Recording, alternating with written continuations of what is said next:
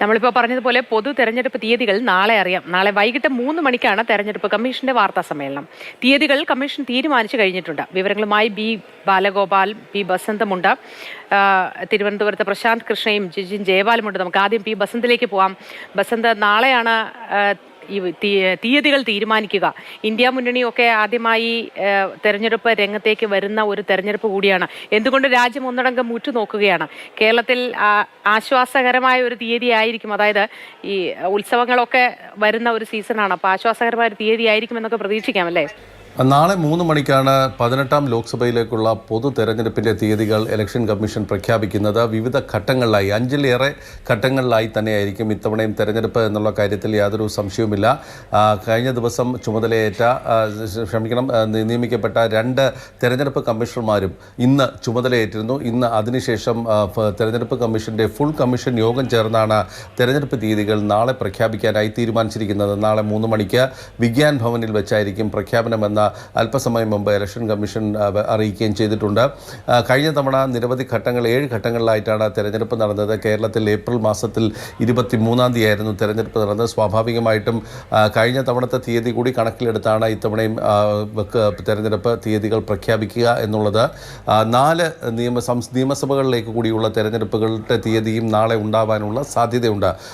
ആന്ധ്രാപ്രദേശ്, അരുണാചൽ പ്രദേശ് തുടങ്ങിയ സംസ്ഥാനങ്ങളിലെ തീയതികൾ നാളെ പ്രഖ്യാപിക്കും. അതോടൊപ്പം തന്നെ മറ്റ് 2 സിക്കിമും ഒഡീഷയും അടക്കമുള്ള സംസ്ഥാനങ്ങളുടെ തീയതികളും വരേണ്ടതുണ്ട്. ഈ 2 നിയമസഭകളുടെയും കാലാവധി മെയ് മാസത്തിൽ പൂർത്തിയാകുന്ന ഒരു സാഹചര്യത്തിൽ ഇവ രണ്ടിൻ്റെയും കൂടി പ്രഖ്യാപനത്തിന് നാളെ സാധ്യതയുണ്ട് എന്നാണ് ഇപ്പോൾ അറിയുന്നത്.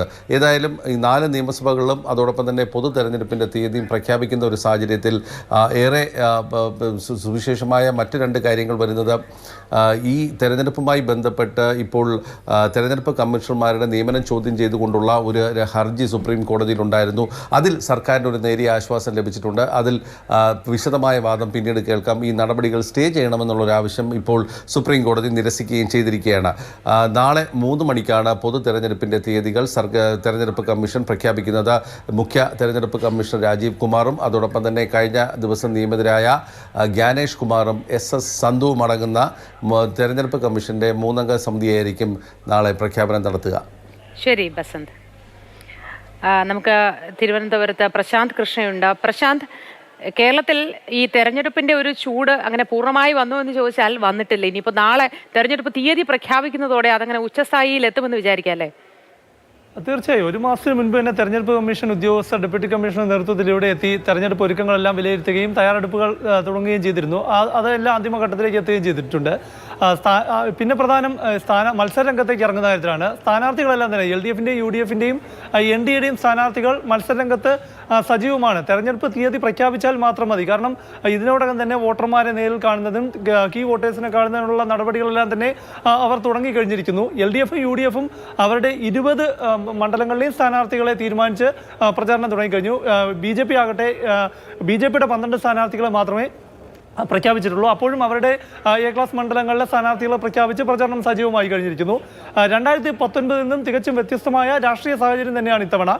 കാരണം ഈ കേന്ദ്രത്തിലെ NDA മുന്നണിക്കെതിരെ ഇന്ത്യ മുന്നണിയുടെ ഒരു പോരാട്ടം, അത് കേരളത്തിൽ വരുമ്പോൾ ഇന്ത്യ മുന്നണിയുടെ ഭാഗമായി നിൽക്കുന്ന UDFും LDFും നേർക്കുനേർ പോരാടുന്നു എന്നതാണ്. അതായത് കേരളത്തിൽ പല മണ്ഡലങ്ങളിലും പ്രത്യേകിച്ചും ഒരു 3 മണ്ഡലങ്ങളിലെങ്കിലും ശക്തമായ ത്രികോണ മത്സരമുണ്ട്. അത് തിരുവനന്തപുരവും തൃശ്ശൂരുമാണ് ഏറ്റവും പ്രധാനം, ആറ്റിങ്ങലും. അപ്പോൾ അതുകൊണ്ട് തന്നെ 2019 സാഹചര്യങ്ങളല്ല ഇപ്പോൾ. 2019 കേരളത്തിൽ ഏറ്റവും കൂടുതൽ ചർച്ച ചെയ്തത് ശബരിമല വിഷയമായിരുന്നു. തൊട്ട് മുൻപ് നടന്ന ശബരിമലയുമായി ബന്ധപ്പെട്ട വിഷയങ്ങളായിരുന്നു അന്ന് ഏറ്റവും പ്രധാനമായിരുന്നത്. അതിനുശേഷം അതിനൊപ്പം തന്നെ രാഹുൽ ഗാന്ധി കേരളത്തിൽ വന്ന് ആദ്യമായി മത്സരത്തിനിറങ്ങി. അതെല്ലാം തന്നെ രാഹുൽ ഗാന്ധി NDAയുടെ ഒരു ഭരണം മാറി കോൺഗ്രസ് ഭരണത്തിലെത്തിയാൽ രാഹുൽ ഗാന്ധി പ്രധാനമന്ത്രിയാകും. അത്തരം ചർച്ചകളെല്ലാം തന്നെ ആ തെരഞ്ഞെടുപ്പിനെ കൊഴുപ്പിച്ചു.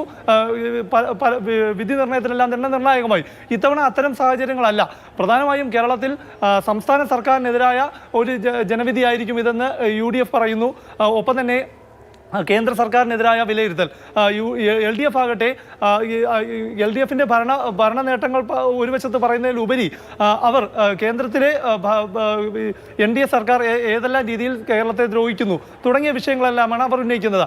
BJP ആകട്ടെ മോദി സർക്കാരിൻ്റെ വികസന വിഷയങ്ങൾ, മോദി ഗ്യാരണ്ടി തുടങ്ങിയ മുദ്രാവാക്യങ്ങൾ ഉയർത്തിയാണ് പ്രചരണത്തിൽ ഉന്നയിച്ചുകൊണ്ടിരിക്കുന്നത്. അപ്പോൾ എന്തായാലും BJPയെ സംബന്ധിച്ച് ദക്ഷിണേന്ത്യ ആണ് അവർക്ക് കൂടുതലായി കോൺഗ്രസിന്റെ വരവ് അല്ലെങ്കിൽ ഇന്ത്യ മുന്നണിയുടെ വരവ് തടയേണ്ട ഒരു മേഖല. അതിൽ പ്രധാനം കേരളം തന്നെയാണ്. കാരണം കഴിഞ്ഞ തവണ കേരളത്തിൽ നിന്ന് 19 സീറ്റ് UDF നേടുകയാണ് ചെയ്തത്. അത് കോൺഗ്രസിന് ശക്തി പകരുന്നതാണ്. അപ്പോൾ പരമാവധി കോൺഗ്രസിന് സീറ്റ് കുറയ്ക്കുക, അല്ലെങ്കിൽ LDFന് സീറ്റ് കിട്ടിയാലും അത് ഇന്ത്യ മുന്നണിയുടെ ഭാഗമായി അത് NDAക്ക് ദേശീയ തലത്തിൽ ക്ഷീണമാണ്. അപ്പോൾ അതുകൊണ്ട് തന്നെ BJPക്ക് ഇവിടെ 1-2 സീറ്റെങ്കിലും നേടിയെടുക്കാൻ കഴിയുമോ എന്ന ഒരു പരീക്ഷണമാണ് അവർ ഇവിടെ നടത്തിക്കൊണ്ടിരിക്കുന്നത്. എന്തായാലും കഴിഞ്ഞ തവണത്തെ സാഹചര്യം 19-1 എന്നതാണെങ്കിൽ ഇത്തവണ ഇരു മുന്നണികൾ UDFും LDFും പരമാവധി അവരുടെ സീറ്റുകൾ തിരിച്ചു പിടിക്കുക എന്നതാണ് LDFിൻ്റെ പ്രധാനമായ പോരാട്ടം. LDFിൻ്റെ ശക്തി കേന്ദ്രങ്ങൾ തിരിച്ചു പിടിക്കുക എന്നത് തന്നെയാണ്. ഏതായാലും കഴിഞ്ഞ വർഷത്തെ വോട്ട് ശതമാനമെല്ലാം തന്നെ വളരെ വ്യത്യസ്തമാണ്. കാരണം കോൺഗ്രസ് ഏകദേശം 35% കോൺഗ്രസ് മാത്രം പിടിച്ചു. CPM 25% വോട്ട് നേടി. BJPയും 13%-ഓളം വോട്ട് നേടിയതാണ്. അപ്പോൾ ഇത്തവണ സാഹചര്യങ്ങളെല്ലാം മാറുമ്പോൾ ഇവിടെ ചർച്ചാ വിഷയം ദേശീയ തലത്തിലുള്ള അയോധ്യയുമായി ബന്ധപ്പെട്ട വിഷയം BJP ചർച്ചയാക്കുന്നു, വികസന വിഷയങ്ങൾ ചർച്ചയാക്കുന്നു. അതിനുശേഷം ഏറ്റവും ഒടുവിലായി CAA ഒരു പ്രധാന ചർച്ചാ വിഷയമായി ഏറ്റവും ഒടുവിൽ ഈ തെരഞ്ഞെടുപ്പ് പ്രഖ്യാപനത്തിന് തൊട്ട് മുൻപുള്ള സാഹചര്യത്തിൽ ഉണ്ടാകുന്നു. കാരണം സംസ്ഥാന സർക്കാർ തന്നെ കോടതിയിൽ CAA നിയമത്തിനെതിരെ പോകുന്നു, കോൺഗ്രസിൻ്റെ നേതൃത്വത്തിലുള്ള മുന്നണിക്ക് പോകുന്നു. അപ്പോൾ അതുകൊണ്ട് തന്നെ ഇതൊരു പ്രധാന ചർച്ചാ വിഷയമായി കേരളത്തിൽ നിൽക്കുന്ന സമയത്താണ് ഈ തെരഞ്ഞെടുപ്പ് നടക്കുന്നത്. എന്തായാലും വാശിയേറിയ പോരാട്ടം UDFും LDFും തമ്മിൽ നടക്കുമ്പോൾ ചില മണ്ഡലങ്ങളിൽ 3 മണ്ഡലങ്ങളിലെങ്കിലും NDA ശക്തമായ പോരാട്ടം ഉന്നയിക്കുന്നുണ്ട്.